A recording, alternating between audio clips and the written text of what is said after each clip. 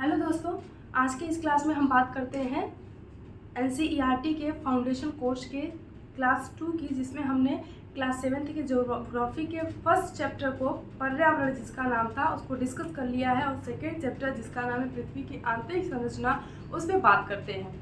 आपके अंदर एनसीईआरटी पढ़ते समय ये कॉन्सेप्ट डेवलप होना चाहिए, ये क्वालिटी डेवलप होनी चाहिए कि एनसीईआरटी का सबसे बड़ा, यदि आपको एनसीईआरटी पढ़ने आ गया है, इसका मतलब आपके अंदर कनेक्टिविटी एंड रिलेटिविटी जैसे गुण विकसित हो चुके हैं। आप किसी एक घटना को दूसरे घटना से रिलेट कर सकते हो, किसी एक घटना के कारण को ढूंढ सकते हो, ये चीज़ें आपके अंदर डेवलप करता है एनसीईआरटी। तो चैप्टर फर्स्ट को चैप्टर सेकेंड से कैसे रिलेट करना है और एक हेडिंग को दूसरे हेडिंग के साथ कैसे रिलेट करना है, इस पर बहुत बारीकी से ध्यान दीजिएगा। ये चीज़ें आपके अंदर बड़े एग्जामिनेशन को समझने और उसको पास करने में मददगार साबित होंगी। चलो बात करते हैं चैप्टर फर्स्ट। जब हम बात करेंगे तो चैप्टर फर्स्ट में जो नाम है पर्यावरण, तो बेसिकली आपके आसपास जो भी चीज़ है, जहाँ पे आप रहते हो, जो आवरण है, जो स्फेयर है, वो आपका पर्यावरण है। और जब इस पर्यावरण में आप किसी भी वस्तु का अवलोकन करते हो तो वो वस्तु या तो बैटिक होती है या तो अबैटिक, या नेचर द्वारा बनाई गई होती है या तो ह्यूमन द्वारा बनाई गई होती है। तो इस आधार पे हमने पर्यावरण के घटकों का विभाजन किया था। तो यहाँ हम एक घटक लेते हैं कि पर्यावरण को हमने दो घटक में पिछले चैप्टर की बात कर रही हूँ, क्योंकि आपको रिलेटिविटी एंड कनेक्टिविटी सिखानी है। तो जैविक घटक और अजैविक घटक। जैविक घटक में फ्लोरा एंड फौना, फ्लोरा में सभी प्लांट्स ग्रुप आएंगे और फौना में सभी एनिमल्स ग्रुप आएंगे। और फ्लोरा, जब हम अबायोटिक की बात करते हैं तो स्थल, जल, वायु, ऊर्जा, मिनरल्स, सब कुछ किसमें आता है? नॉन लिविंग में आता है। पृथ्वी के धरातल पर सभी स्थलीय भाग को स्थलमंडल कहा जाता है। संपूर्ण जलीय भाग को जलमंडल कहा जाता है। पृथ्वी के चारों तरफ वायु के आवरण को वायुमंडल कहा जाता है। ठीक है। और खनिज में आप जानते ही हो, खनिज की भी बात करेंगे, इसी चैप्टर में कनेक्ट करते हैं। तो खनिज भी क्या है? अजैविक घटक। अब जब स्थलमंडल की बात करेंगे तो स्थलमंडल क्या है कि पृथ्वी का सबसे ऊपरी कठोर और ठोस भूभाग ही स्थलमंडल कहलाता है। ये स्थलमंडल की परिभाषा हो गई, पृथ्वी का सबसे ऊपरी परत। इसका मतलब कि पृथ्वी के अंदर और भी परतें हैं। ठीक, तो ये जो स्थल ऊपरी परत बना, ये ऊपरी परत बना कैसे? अब इस ऊपरी परत को जानने के लिए अंदरूनी संरचना को, यानी आंतरिक संरचना के बारे में अध्ययन करना अत्यधिक आवश्यक है। इस वजह से जब आप अजैविक घटक में स्थल की बात करते हो तो स्थल, संपूर्ण स्थलीय भाग को स्थलमंडल कहते हैं। और स्थलमंडल पृथ्वी का सबसे ऊपरी भाग है। तो निचले भाग में क्या है, इसको जानने के लिए हमको किसका अध्ययन करना पड़ता है? पृथ्वी की आंतरिक संरचना का। ठीक है। इसके साथ ही जब आप जल की बात करते हो, महासागरों का निर्माण होना, जल झील का निर्माण होना, नदी का निर्माण होना, तो इनका भी जुड़ाव आता है पृथ्वी की आंतरिक संरचना से। जब आप वायु की बात करते हो तो पृथ्वी की आंतरिक भाग में जो पदार्थ मौजूद हैं उसमें हो रही रासायनिक अभिक्रिया के द्वारा उत्पन्न गैसों से ही पृथ्वी के वायुमंडल का निर्माण हुआ है। और पृथ्वी का ग्रेविटी ही इसको बांध के रखता है। तो ये भी किससे जुड़ गया? पृथ्वी की आंतरिक संरचना से। इसके साथ ऊर्जा का संबंध की बात करेंगे तो ये पृथ्वी की उत्पत्ति से जुड़ जाएगा। तो यहाँ पे सूर्य का कॉन्सेप्ट आ जाएगा और कोर का कॉन्सेप्ट आएगा। कोर में भी ऊर्जा कहाँ से आती है? पृथ्वी के कोर में जो ऊर्जा है, आपको पता होगा कि पृथ्वी के कोर का तापमान 6000 डिग्री सेल्सियस और सूर्य के सतह का तापमान लगभग 6000 डिग्री सेल्सियस। तो पृथ्वी के कोर में इतनी ऊर्जा कहाँ से आई? इसके लिए भी पृथ्वी की आंतरिक संरचना पढ़नी पड़ेगी। और खनिज, खनिज की परिभाषा आगे बात करेंगे हम। खनिज जो है ये पृथ्वी पर कहाँ से आया, इसके अध्ययन भी करोगे तो पृथ्वी की आंतरिक संरचना का आपको अध्ययन करना पड़ेगा। ठीक है। इस वजह से नेक्स्ट चैप्टर जो है चैप्टर 2, जिसको चैप्टर को हिंदी में अध्याय कहते हैं, अध्याय 2 क्या है? पृथ्वी की आंतरिक संरचना। ठीक। तो जब पृथ्वी की बात करेंगे तो पृथ्वी क्या है? एक गतिशील ग्रह है। गतिशील का मतलब ये हमेशा गति करती रहती है, ये कभी भी स्थिर अवस्था में नहीं रहती है। और पृथ्वी दो प्रकार की गति करती है। कौन कौन सी? एक गति वो अपने अक्ष पे करती है, जिसे हम रोटेशन या घूर्णन कहते हैं। दूसरी गति वो अपने तारे के चारों तरफ करती है, जिसे हम रिवॉल्यूशन या परिक्रमण कहते हैं। परिक्रमण कहते हैं। ये दोनों गति पृथ्वी के आंतरिक भाग और बाहरी भाग में परिवर्तन के लिए जिम्मेदार है। इस दोनों गति से पृथ्वी के अंदर और बाहर परिवर्तन लगातार होता रहता है। तो पृथ्वी के अंदर कैसे परिवर्तन होगा, क्या परिवर्तन होगा, इसके लिए भी हमको पहले ये जानना पड़ेगा कि पृथ्वी के अंदरूनी हिस्से में क्या है। तो पृथ्वी के आंतरिक भाग के अध्ययन की जब बात करेंगे तो पृथ्वी के आंतरिक भाग में जहाँ कोर में टेम्परेचर 6000 डिग्री सेल्सियस है और हम पृथ्वी की सतह पे रहते हैं, वायुमंडल का तापमान यदि 40 डिग्री 45 डिग्री से ऊपर हुआ नहीं कि हमको वो गर्मी हम सहन नहीं कर पाते हैं। तो कोर में जब जैसे हम पृथ्वी की सतह से, यदि पृथ्वी है, जैसे हम पृथ्वी के सतह से कोर की तरफ चलेंगे तो तापमान लगातार क्रमशः क्या होगा, बढ़ता जाएगा। और जब तापमान बढ़ता जाएगा तो हम ये ऊपरी सतह का तापमान नहीं झेल पा रहे हैं, तो अंदरूनी भाग का तापमान, जहाँ इस बीच वाले भाग का तापमान 4000 से 4500 डिग्री सेल्सियस, इधर चलेंगे तो लगातार क्या हो रहा है, कोर का टेम्परेचर कितना हो जा रहा है, ये सेक्शन क्या है, कोर है, तो इसका टेम्परेचर 6000 डिग्री सेल्सियस पे यहाँ तक पहुँचना नामुमकिन है। हम 50 डिग्री के ऊपर एग्जिस्ट ही नहीं कर पाएंगे, हम बहुत तेजी से हीट स्ट्रोक होने लगेगा, लोग मरना शुरू हो जाएंगे। तो इधर टेम्परेचर बहुत ज़्यादा होता है, इस वजह से जाग के अध्ययन करना ये तो इम्पॉसिबल है। तो पृथ्वी के आंतरिक भाग का अध्ययन करने के लिए आपको जो सोर्स जिससे हमको पृथ्वी के आंतरिक भाग में पता चलता है उसको सोर्स कहते हैं। ये सोर्स दो पार्ट में डिवाइड होते हैं, डायरेक्ट और इनडायरेक्ट। ये आपको 11वीं की ज्योग्राफी में मिलेगा, ठीक है।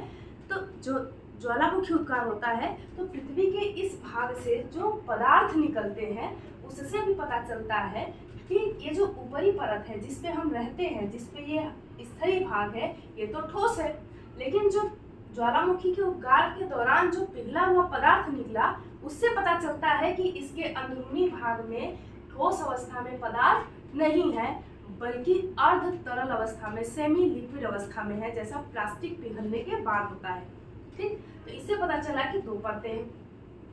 फिर जब हमने, चूंकि बिग बैंग थ्योरी के अनुसार जब सूर्य का निर्माण हो रहा था तो उसी समय तारों का भी निर्माण, ग्रहों का भी निर्माण हुआ, जिसे निहारिका सिद्धांत कहते हैं। तो इस हिसाब से पृथ्वी और उल्का पिंड का निर्माण भी लगभग एक ही प्रक्रिया के दौरान हुआ होगा। तो जब कभी उल्का पिंड भी पृथ्वी पर गिरती है तो उससे भी पता चलता है, तो उसके अध्ययन से, कि ऐसी हमारी पृथ्वी भी होगी। तो उल्का पिंड का जब अध्ययन होता है तो पता चलता है कि ये जिस मिनरल से बने हैं वैसा मिनरल एक पृथ्वी में भी पाया जा रहा है और वो परत के रूप में पाया जा रहा है, तो पृथ्वी में भी हो सकता है कि परत हो। तो इस आधार पे कई कॉन्सेप्ट निकले।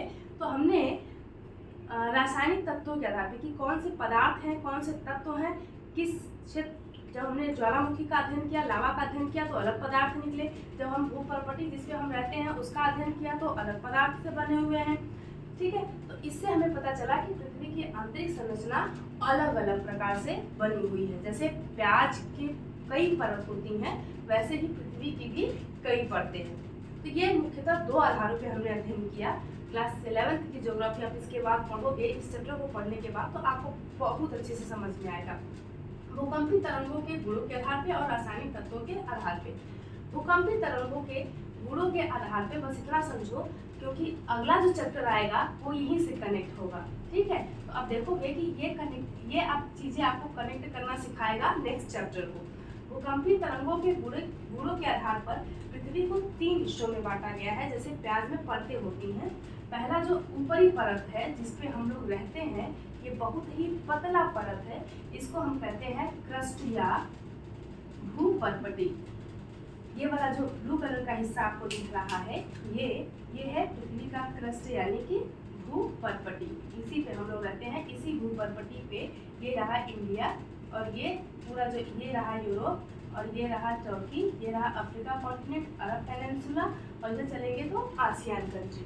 तो ये जो एरिया बना हुआ है, जो कॉन्टिनेंट बना हुआ है, जो कंट्री बने हुए हैं, वो क्रस्ट पे बने हुए हैं। तो सबसे ऊपरी लेयर क्या हुआ, जो ठोस है वो क्रस्ट है। और इसी पे देखो ये जो हिस्सा है ये है महासागर। ये क्या है, महासागर। तो क्रस्ट पे भी क्या है, महासागर भी है। इधर आर्कटिक है, ये इंडियन ओशियन, हिंद महासागर है, ये पैसिफिक ओशियन है। तो ये ओशियन हो गया, ये महाद्वीप हो गया। और ये अब यही चीज हमने आपको यहाँ पे दर्शाया है, ये बहुत पतली परत है। तो आपने समझना है कि पृथ्वी के सबसे ऊपरी ठोस और कठोर पतली परत को भूपर्पटी कहते हैं। इसकी मोटाई महाद्वीपों पर, अब यहाँ पे चित्र से समझना कि यदि हम इसी चीज को, इतने क्षेत्र को काटे, तो हमने कहाँ तक काटा, इतने क्षेत्र में काटा। इसको, इसके पहले आप समझो कि इस वाले, ये जो ब्लू कलर का हिस्सा है, इसको हमने क्या कहा, क्रस्ट, ठीक है। और ये जो हिस्सा है, ये यहाँ ब्लू, इस डॉटेड डॉटेड लाइन तक, इसको और इसको मिला देंगे तो ये दोनों क्षेत्र कहलाएगा लिथोस्फीयर या स्थल मंडल। स्थल मंडल, ठीक। स्थल मंडल के नीचे जो भाग है ये, इसको हम कहते हैं मैंटल। इसको हम क्या कहते हैं, मैंटल, जिसे हिंदी में कहते हैं, इंग्लिश वर्ड है MANTLE, मैंटल। और इसको हम कहते हैं, इसी चीज को हम कहते हैं प्रावार, ठीक है। और ये जो सेक्शन है ये है कोर, जिसे हिंदी में हम कहते हैं क्रोट, ठीक है। अब हम इसकी मोटाई की बात करते हैं। भूपर्पटी जो है सबसे ऊपरी परत है, उसके बाद क्या है, भूपर्पटी के बाद मेंटल, मेंटल के बाद क्या है, कोर। भूपर्पटी और ऊपरी मेंटल को मिला के स्थलमंडल बनता है, जिसे लिथोस्फीयर कहते हैं। ये पृथ्वी की आंतरिक संरचना हो गई भूकंपीय तरंगों के आधार पे। अब पृथ्वी की आंतरिक संरचना रासायनिक तत्वों के आधार पे बात करेंगे। तो रासायनिक तत्वों के आधार पे इसे Cl, शाइमा, जिसे सीमा भी कहते हैं, और नीफे, ठीक है। ये रासायनिक तत्व है। बोलोगे कैसे, C से हो जाएगा सिलिका, L से हो जाएगा एल्यूमिनियम। इसका मतलब कि जो भूपर्पटी है उसमें किन तत्वों की प्रधानता है, सिलिका और एल्यूमिनियम की। और जो मेंटल है उसमें किन तत्वों की प्रधानता है, सिलिका और मैग्नीशियम की। और जो कोर है उसमें किन तत्वों की प्रधानता है, निकिल और फेरस की। तो ये हो गया रासायनिक तत्वों के आधार पे पृथ्वी की आंतरिक संरचना का विभाजन या वर्गीकरण, ठीक। अब देखो ये जो क्रस्ट है, यदि हम पूरे भूपर्पटी के आयतन को लें तो क्रस्ट पूरे आयतन का 0.5 से 1% वॉल्यूम कवर करता है। पूरे आयतन का 0.5 से 1% आयतन कवर करता है। और जो मेंटल है वो 83% वॉल्यूम कवर करता है, ठीक है। कहीं कहीं आपको 84% भी मिलेगा। और जो कोर है ये आपको मिली, ये कोर ये कवर करता है 16%। यदि आपको कहीं पे 84% मिलता है मेंटल, तो आपका कोर हो जाएगा 15%, ठीक है। और जो क्रस्ट होता है वो 0.5 से 1% के बीच में होता है, ठीक। तो ये हो गया आपका कि वॉल्यूम, यदि हम पृथ्वी के पूरे वॉल्यूम को 100% माने तो उस वॉल्यूम में से 0.5 to 1 83% और 16% क्रमशः कौन कौन सी परतें कवर करती हैं, ठीक है। पृथ्वी के त्रिज्या की बात करूँ, अब इनकी मोटाई की, ये तो हो गया कि कितना वॉल्यूम कवर करते हैं। अब इनकी मोटाई की बात करेंगे तो ये जो भूपर्पटी है, इसी पे भूपर्पटी पे महासागर भी है, इसी भूपर्पटी पे महाद्वीप भी है।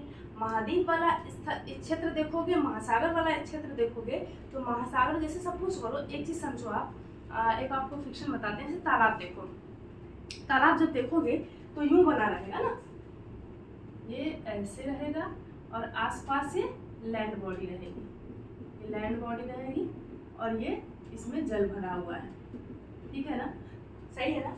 अब देखो ये भी स्थलीय भाग है, इधर भी पूरा स्थलीय भाग है, ये, और इधर भी पूरा स्थलीय भाग है, और इस तालाब के नीचे भी स्थलीय भाग है, सही है ना। तो यदि हम इस पूरे लेयर को भूपर्पटी माने तो भूपर्पटी की मोटाई स्थलीय भाग पे ज्यादा होगी, जबकि जलीय भाग के नीचे कम होगी। लेकिन जलीय भाग के भी नीचे भूपर्पटी होगी, ये आपको इमेज करना बहुत जरूरी है। बहुत लोग मुझसे ये प्रश्न पूछते हैं कि जो हमारा स्थलीय भाग है वो एक पूरा परत बनाया हुआ है, ठीक है, ये पूरा एक ऐसे परत बनाया हुआ है ये स्थलीय भाग, और इसी स्थलीय भाग के नीचे एक पूरा स्फीयर है जिसमें पानी भरा हुआ है, ठीक है। तो जब हम ग्राउंड वाटर निकालते हैं तो वो ग्राउंड वाटर यहाँ से आता है। उनको ये नहीं पता कि इसी भूपर्पटी में महासागर के नीचे भी गर्त है और इसी भूपर्पटी में भूमिगत जल भी इकट्ठा होते हैं, जब हम इसके भूपर्पटी के नीचे जाएंगे तो मेंटल वाला क्षेत्र स्टार्ट हो जाएगा। तो ये इमेजिनेशन आपके दिमाग में होना चाहिए। यानी महासागर के नीचे भी भूपर्पटी की परत होगी और महाद्वीपों में भी के नीचे भी भूपर्पटी की परत होगी। तो महाद्वीपों के नीचे भूपर्पटी की परत मोटी होगी, महासागरों के नीचे भूपर्पटी की परत पतली होगी। इसको देखते हैं यहाँ पे। ये जो एरिया है ये है मेंटल, ये क्या है मेंटल, ठीक है। और ये जो क्षेत्र है ये है संक्रमण क्षेत्र, यानी ये जो है ये वाला सेक्शन ये है भूपर्पटी, ये क्या है भूपर्पटी है। और ये वाला जो क्षेत्र है इस भूपर्पटी पे इधर महासागर है, ठीक है। ये वाला जो ब्लू कलर का दिख रहा है ये क्या है महासागर। तो महासागर के नीचे जो भूपर्पटी है वो महासागरीय भूपर्पटी, और ये है महाद्वीप। यहाँ पे प्लांट लगे हुए हैं और यहीं पे आपने अपने घर बना के रखे हैं, यहीं पे आपकी इंडस्ट्री है, यहीं पे आपके स्कूल्स है, सब कुछ आपका सब सिस्टम किस पे है इसी स्थलीय भाग पे। ये है सपोज करो माउंट एवरेस्ट, तो ये पूरा माउंट एवरेस्ट है। तो यहाँ से इस पूरे एरिया ये पूरा लैंड बॉडी यहाँ तक आया है। तो यहाँ ये जो भूपर्पटी है ये इतनी मोटी है, ये भूपर्पटी इतनी मोटी है। तो आप कह सकते हो ये क्या है महाद्वीप और ये क्या है भूपर्पटी। तो महाद्वीप के नीचे जो भूपर्पटी है उसे कहेंगे महाद्वीपीय भूपर्पटी। क्या कहेंगे महाद्वीपीय भूपर्पटी, ठीक। अब भूपर्पटी और मेंटल, चूंकि मेंटल में टेम्परेचर 4000 डिग्री सेल्सियस से 4500 डिग्री सेल्सियस, कहीं 3500 से 4000 डिग्री सेल्सियस, अलग अलग स्थान पे अलग अलग टेम्परेचर होता है। तो एवरेज की बात करेंगे तो 3500 से 4000 डिग्री सेल्सियस टेम्परेचर होता है। इतने टेम्परेचर पे हमारे धरातल पे ऐसा कोई पदार्थ नहीं है जो पिघल न जाए। तो ये जो भूपर्पटी है ये भी इसके संपर्क में आने से पिघलना स्टार्ट करती है। तो एकाएक पिघल के एकदम फिक्स लाइन नहीं बनाएगी ना, तो धीरे धीरे पिघलेगी। तो धीरे धीरे ये जो संक्रमण क्षेत्र बनता है ये अपर मेंटल का एरिया होता है। तो अपर मेंटल और भूपर्पटी को मिलाकर ही क्या बनता है स्थल मंडल। क्या बनता है स्थल मंडल बनता है। तो स्थल मंडल में भूपर्पटी भी शामिल होती है और मेंटल का ऊपरी हिस्सा भी शामिल होता है। क्लियर है जो मैंने आपको यहाँ पे बताया था स्थल मंडल, क्लियर है ना। अब इसे ये तो क्लियर हो गया कि भूपर्पटी दोनों क्षेत्रों में पाए जाएंगे, महाद्वीप के नीचे भी और महासागर के नीचे भी। महासागर के नीचे जो भूपर्पटी पाई जाती है उसकी औसत मोटाई, एवरेज की बात कर रहे हैं, क्योंकि हर जगह क्या होता है मोटाई वैरी करता है। जहाँ पे महासागर के नीचे गर्त होगा वहाँ पे तो भूपर्पटी की मोटाई और पतली हो जाएगी। तो एवरेज की बात करेंगे तो जो वो 5 किलोमीटर है। महासागर पे भूपर्पटी की औसत मोटाई लगभग 5 किलोमीटर और महाद्वीपों पे भूपर्पटी की औसत मोटाई 35 किलोमीटर, प्रतिशत लिख रहे हैं 35 किलोमीटर। और यदि हम स्थल और जल हटा दें यानी महाद्वीप और महासागर हटा दें तो भूपर्पटी की औसत मोटाई होती है 33 किलोमीटर, ठीक है, जिसमें हम महाद्वीप और महासागर दोनों को इंक्लूड करते हैं। तो ये हो गई पृथ्वी की आंतरिक संरचना के विभाजन की बात। अब इस आंतरिक संरचना में जैसा कि मैंने आपको यहाँ पे बताया कि इसका मेंटल का टेम्परेचर 3500 से 4000 डिग्री सेल्सियस के आसपास है। ये हर जगह वैरी करता है और इतने तापमान पे सभी पदार्थ क्या है पिघले हुए स्टेज में चले जाते हैं। तो ये जो भूपर्पटी है ये भी किधर हो जाती है पिघलना स्टार्ट हो जाती है।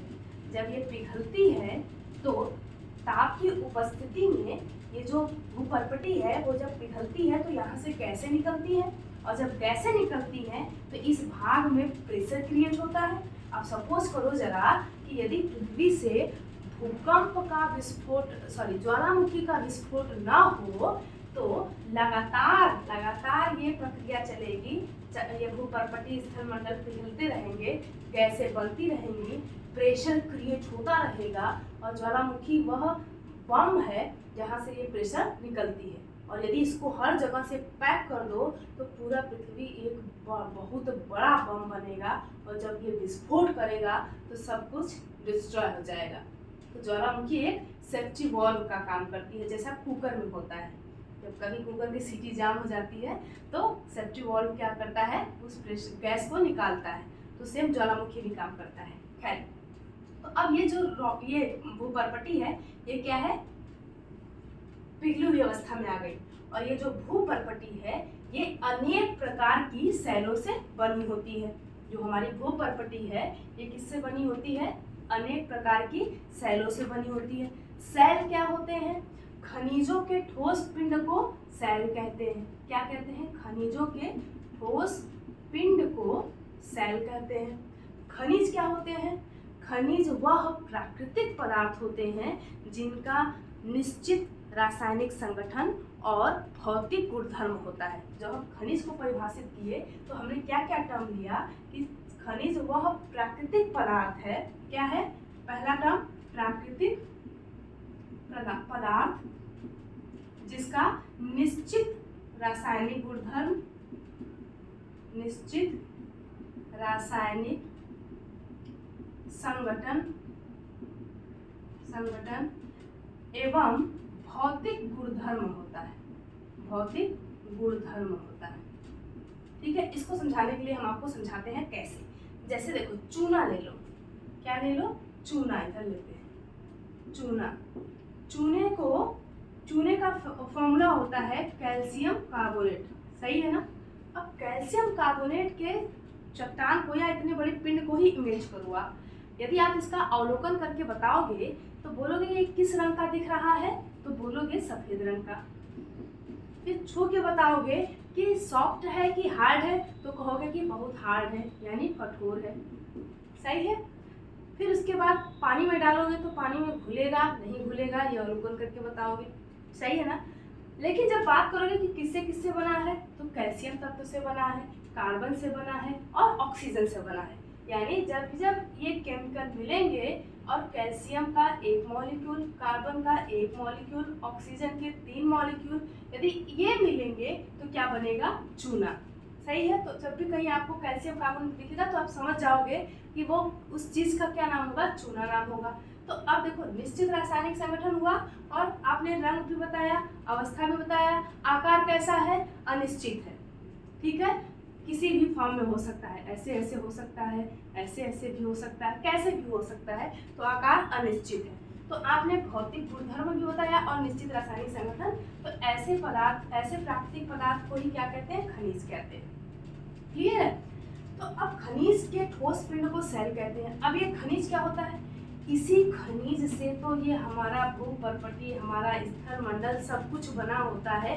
और यही खनिज, ये खनिज कहाँ से आते हैं? ये जो मेंटल में पदार्थ पिघला है, यही पिघला हुआ पदार्थ जब धरातल पे आता है तो ये जो कि खनिज है, और ये खनिज फिर ठोस हो जाता है तो क्या बनता है? सेल बन जाता है। यानी कि आप कह सकते हो कि पिघली सेल को हम चट्टान कहते हैं। तो मैंने क्या कहा कि भूपर्पटी जो है वो अनेक प्रकार के सेलों से बनी है और भूपर्पटी ही पिघल के मेंटल बना रही है। तो मेंटल में जो पदार्थ है, यानी भूपर्पटी जब पिघली अवस्था में होती है, और कहाँ होती है? मेंटल में। तो ऐसी पिघली हुई अवस्था की भूपर्पटी को ही कहा जाता है मैग्मा। क्या कहा जाता है? मैग्मा कहा जाता है। यानी मैग्मा पिघला हुआ चट्टानी पदार्थ है। और जब ये मैग्मा पिघला हुआ चट्टानी पदार्थ है और जब ये पिघलता है, मतलब रासायनिक अभिक्रिया हो रही है, तो यहाँ रासायनिक परिवर्तन हो रहा है, तो यहाँ से गैस भी निकलेगी। ठीक है? तो पिघला हुआ मैग्मा और गैस, इसी मैग्मा में इंक्लूड है। सॉरी, पिघला हुआ चट्टान और गैस। यहाँ पे लिखेंगे पिघला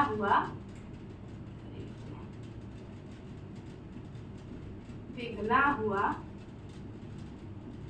चट्टान प्लस गैस मिलकर क्या बनाते हैं?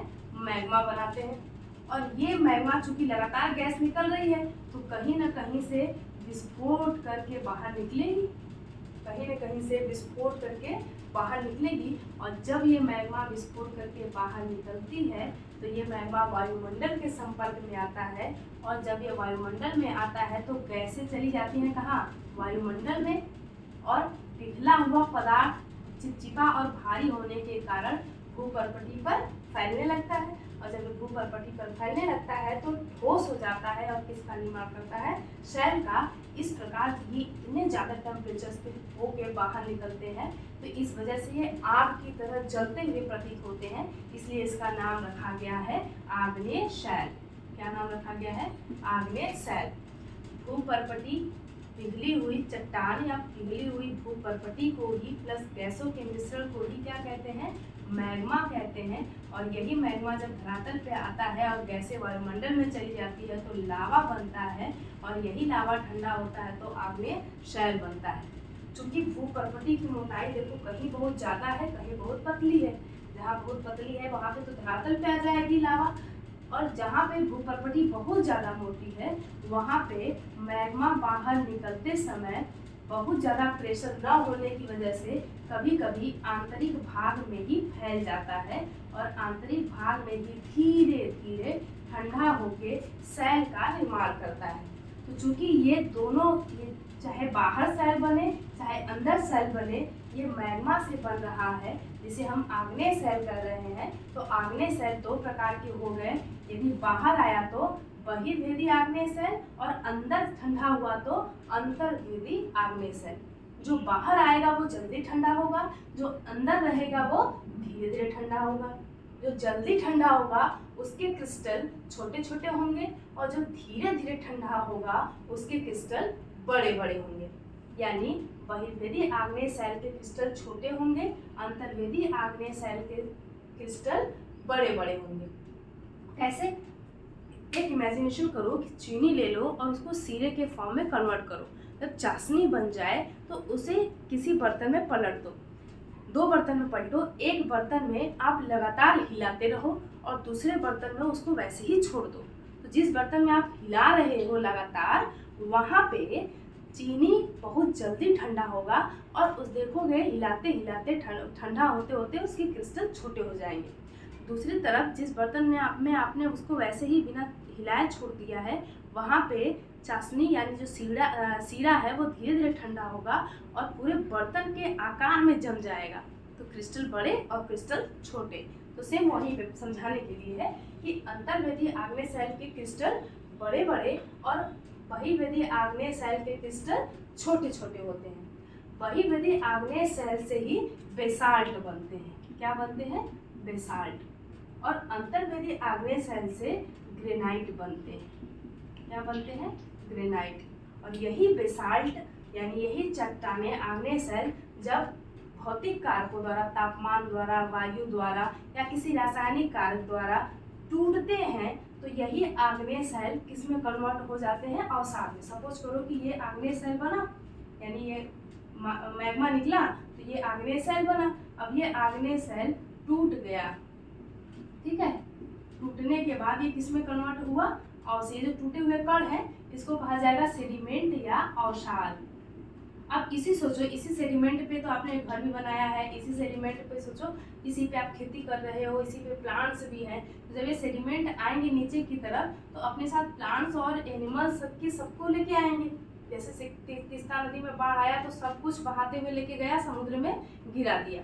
जब समुद्र में गिराएगा तो अवसाद के साथ साथ जो जीव हैं उनके भी अंश लेके जाएगा। तो जीवों के इस अंश को क्या कहा जाता है? जीवाश्म। अब ये आग्नेय शैल किस में कन्वर्ट हुआ? अवसाद में। किस में कन्वर्ट हुआ? अवसाद में। और अवसाद के साथ साथ और इसमें क्या है? जीवाश्म है, ठीक है। अब ये अवसाद भी क्या हुए? समुद्र की सतह पे फैलते जा रहे हैं, बैठते जा रहे हैं, एक के ऊपर एक की तरह बनता जा रहा है, उसी में जीवाश्म भी दबते जा रहे हैं। तो प्रेशर के कारण वो सेडिमेंट एक दूसरे से चिपक के शैल का निर्माण करते हैं, और उसी में ये जीवाश्म जो है, जहाँ ऊर्जा नहीं पहुँचती है, सूर्य का प्रकाश नहीं पहुँचता है, बैक्टीरिया डिकम्पोज नहीं कर पाते हैं, तो जीवाश्म में उपस्थित कार्बन जो है वो कोयला और पेट्रोलियम में कन्वर्ट हो जाता है। तो आप समझ गए होंगे कि अवसादी शैल में ही कोयला और पेट्रोलियम पाया जाता है। क्लियर है? तो ये अवसाद किस में कन्वर्ट हुए? अवसादी शैल में। अवसादी शैल को इंग्लिश में सेडिमेंट्री रॉक कहते हैं। ये लैटिन वर्ड के सेडिमेंटम शब्द से आया है, और ये लैटिन वर्ड के इग्निस शब्द से आया है, जिसका मतलब होता है आग, ठीक। अब ये अवसादी शैल और आग्नेय शैल को यदि आप लंबे समय तक छुओ ना, तो धीरे धीरे प्रेशर की वजह से यहाँ पे यदि आग्नेय सेल बना है, यदि आपने इसको नहीं यूज करना है तो इस ये वाला हिस्सा देख रहे हो मेंटल के संपर्क में है, तो धीरे धीरे जब इसका टेम्परेचर बढ़ेगा, ऊपर से प्रेशर बढ़ेगा, तो इसकी रासायनिक गुणधर्म, भौतिक गुणधर्म चेंज हो जाएंगे। जब चेंज हो जाएंगे वो आग्नेय सेल के साथ भी हो सकता है और अवसादी सेल के साथ भी हो सकता है। यदि ये दोनों ताप और दाब के प्रभाव में आ जाएं तो ये दोनों अपने गुणधर्म को बदल देते हैं और इनका रूप परिवर्तित हो जाता है। इस प्रकार मेटामॉर्फिक रॉक बनता है। मेटामॉर्फिक ग्रीक वर्ड से आया है, ठीक है, तो इसका अर्थ होता है रूप परिवर्तन। सही है, मेटामॉर्फोस शब्द से आया है जिसका अर्थ होता है रूप परिवर्तन, ग्रीक वर्ड है, ठीक है। तो यहाँ पे ये आग्नेय सेल और आग्नेय सेल भी किस में कन्वर्ट हुआ, रूपांतरित में, और सारी सेल भी कन्वर्ट हुआ रूपांतरित में, आग्नेय सेल भी कन्वर्ट हुआ रूपांतरित में, दोनों कन्वर्ट हुए रूपांतरित में। अब आप रूपांतरित सेल को यदि नहीं निकालो या आग्नेय सेल को या अवसादी सेल को न निकालो तो ये आग्नेय सेल फिर टेम्परेचर के संपर्क में आने से फिर से किस में कन्वर्ट हो जाएगा, मैग्मा में। और अवसादी सेल भी, यदि हम बीच में यहाँ पे मैग्मा लिखते हैं क्योंकि तो आग्नेय सेल का सोर्स कहाँ से है, मैग्मा से, सही है। तो आग्नेय सेल भी किसमें कन्वर्ट हो जाएगा, मैग्मा में, क्योंकि आप निकालोगे नहीं तो प्रेशर की वजह से वो मैग्मा के संपर्क में आ जाएगा, पिघल जाएगा, मेंटल के संपर्क में आने से पिघल जाएगा और मैग्मा में कन्वर्ट होगा। रूपांतरित सेल को भी यदि नहीं निकालोगे तो ये भी मैग्मा में जाएगा, और सादी सेल को भी यदि नहीं निकालोगे तो ये भी मैग्मा में जाएगा, और ये फिर मैग्मा किस में आएंगे, आग्नेय सेल से। तो पहला जो रॉक बन रहा है, पहली जो चट्टान बन रही है वो आग्नेय सेल बन रही है, और आग्नेय सेल मैग्मा से बन रही है, यानी मैग्मा का प्राइमरी सोर्स कौन सा, प्राइमरी सेल कौन सा है, आग्नेय सेल। इस वजह से इसे प्राथमिक सेल भी कहा जाता है। अब रूपांतरित सेल भी वायुमंडलीय कारकों द्वारा टूट के अवसाद में कन्वर्ट हो सकता है, फिर अवसाद किस में कन्वर्ट होगा, अवसादी सेल में, ठीक है। अवसादी सेल रूपांतरित में हो रहा है, रूपांतरित सेल अवसादी में हो रहा है, अवसादी सेल आग्नेय में कन्वर्ट नहीं होगा, अवसादी सेल मैग्मा में कन्वर्ट होगा, मैग्मा कन्वर्ट होगा आग्नेय सेल में, रूपांतरित सेल मैग्मा में कन्वर्ट होगा, मैग्मा कन्वर्टित होगा फिर आग्नेय सेल में, ठीक है। आग्नेय सेल अवसादी में और आग्नेय सेल रूपांतरित में कन्वर्ट होगा। बेसाल्ट क्वार्जाइट में कन्वर्ट हो नहीं, बेसाल्ट सिस्ट में कन्वर्ट हो जाएगा। और यहाँ पे जैसे चूना पत्थर होता है ना, चूना पत्थर अवसादी सेल है, तो चूना पत्थर कोयला भी अवसादी सेल का एग्जाम्पल है, जैसे बिटुमिनस और पिट कोयला, फिर ये कन्वर्ट हो जाते हैं एंथ्रासाइट कोयला में, तो कोयला भी एक प्रकार का सेल है। वैसे ही चूना पत्थर किस में कन्वर्ट हो जाता है, देखो कि इसमें संगमरमर में रूपांतरित हो जाता है। और आग्नेय सेल का एग्जाम्पल है यहाँ पे क्या बोलते हैं इसको, जितने भी खनिज पाए जाते हैं वो आग्नेय सेल में पाए जाते हैं, और जब ये टूटते हैं तो मिनरल्स जो होते हैं वो ओशियन के वो नितल में इकट्ठा होते हैं, तो प्रेशर के थ्रू जैसे कैल्शियम इकट्ठा होकर, कार्बन ऑक्सीजन इकट्ठा होकर चूना पत्थर बनाया। फिर ये आग्नेय सेल जब टूटेंगे, सेडिमेंट जिसे हम बालू भी कहते हैं, तो ये यहाँ पे इकट्ठा होकर बलुआ पत्थर बनाते हैं। तो इसका आप एग्जाम्पल याद रख सकते हो, बलुआ पत्थर, बलुआ पत्थर। और बलुआ पत्थर किसका एग्जाम्पल है, अवसादी सेल का। और रूपांतरित सेल का एग्जाम्पल क्या है, संगमरमर, व्हाइट मार्बल से ही बना है ताजमहल, लाल बलुआ पत्थर से बना है लाल किला। आग्नेय सेल, इसमें इस दो एग्जाम्पल है, बेसाल्ट और ग्रेनाइट, इससे इमारतें भी बनती हैं, प्लस बेसाल्ट से ही काली मृदा का निर्माण हुआ है जो कपास के लिए फेमस है। और ये आग्नेय सेल मैग्मा में, आग्नेय सेल अवसादी में, अवसादी सेल मैग्मा में, रूपांतरित सेल अवसादी सेल में और रूपांतरित सेल मैग्मा में कन्वर्ट होते हैं। तो ये एक पूरा साइकिल चलता रहता है, मैग्मा से लेके सेल, मैग्मा से सेल, मैग्मा से सेल। तो इस चक्र को बोलते हैं सेल चक्र, सही है। तो ये था पूरा चैप्टर आपका, इतना स्ट्रक्चर आपके पूरे चैप्टर में बनेगा।